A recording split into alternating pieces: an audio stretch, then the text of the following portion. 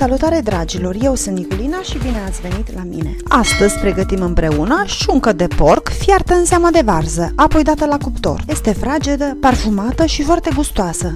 Sincer, nici nu se compară cu cea cumpărată. Aceasta este mult mai bună și mult mai gustoasă. Pentru început avem nevoie de 2 bucăți de slănină cu carne de 600 de grame fiecare, o linguriță de piper, o lingură de sare. Pentru fiert avem nevoie de 2 litri de zeamă de varză, o lingură de boabe de muștar, o lingură de piper boabe și 3 foi de dafin. Pentru cuptor avem nevoie de o lingură de sare, o lingură de boia dulce și o jumătate de linguriță de cimbru uscat. Pentru uns șunca la sfârșit avem nevoie de 2 lingurițe de boia dulce, o linguriță de sare, 2 căței de usturoi și 2 linguri de ulei de măsline.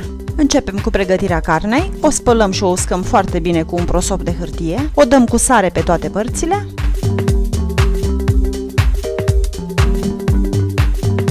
întindem și piperul,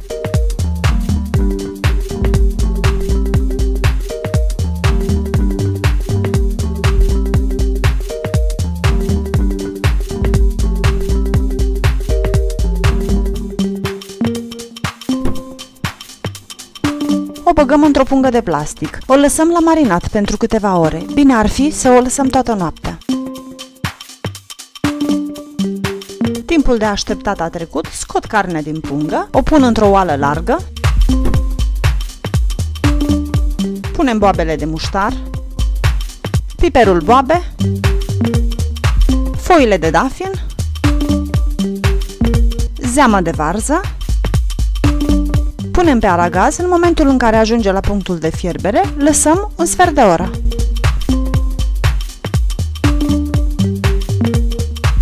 A trecut un sfert de oră, scot șunca pe o farfurie,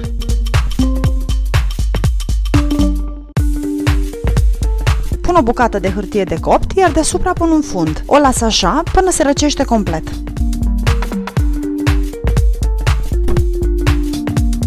Șunca mea s-a răcit, o dau cu sare pe toate părțile,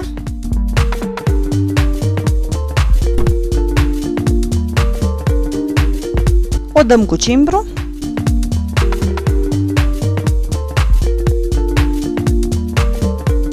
o ungem bine cu boiaua dulce, o dăm în cuptorul preîncălzit la 160 de grade pentru cel puțin o oră și jumătate.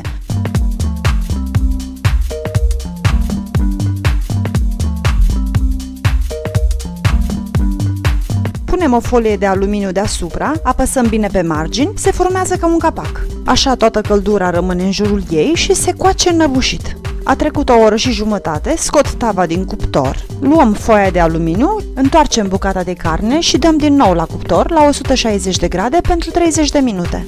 Bucățile mele sunt lungi de 26 de cm și înalte de 8. Timpul de coacere poate să fie puțin diferit în funcție de grosimea carnei. Pregătim ușteiul de usturoi, într-un bol mic, pisăm usturoiul, punem sarea, amestecăm cu lingurița, punem uleiul de măsline, amestecăm din nou până se formează ca o pastă.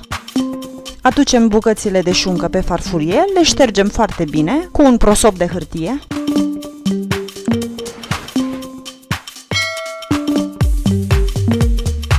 Întindem pasta de usturoi peste bucata de slănină.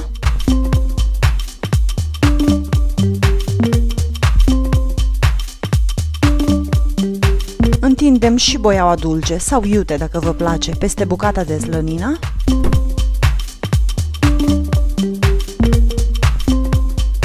Dacă vă place, usturoiul îl lăsați, dacă nu, îl adunați cu mâinile. Importantă este aroma, care rămâne în uleiul pe care l-am pus. Asta a fost tot. Șunca noastră este gata. Dacă aveți o cămară cu un loc întunecat, o puneți la uscat. Dacă nu, faceți cum fac eu. O bucată se mănâncă imediat și o bucată o bag la congelator. Îl lăsăm la răcit între 2 funduri. Bine ar fi să punem o greutate deasupra fundului, așa nu își schimbă forma. Șunca mea s-a răcit, a stat câteva ore bune, este fragedă, parfumată și foarte gustoasă.